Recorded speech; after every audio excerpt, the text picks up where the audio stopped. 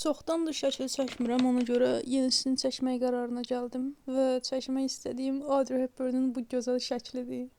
Mən onu çox sevirəm, ona görə də düşündüm ki, niyə də şəklini çəkməyim.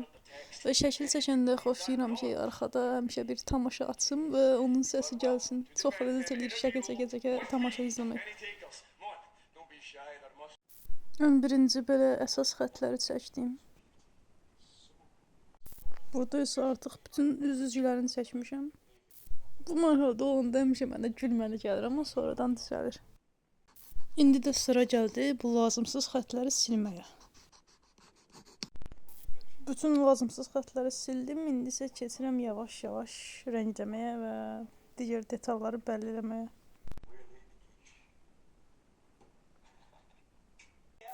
Burada artıq biraz özünə oxşamağa başladı. Görək necə davam edir. Boynundakı kölgələr də əlavə elədim. Qaldı saç. Şəkildə saçında çox işıq kölgə oyunu var idi, ona görə biraz narahatam. Yaxşı alınır yoxsa yox. Burada artıq demək olar ki, bitib, bir dənə qalıb qıraqdakı xətləri silmək.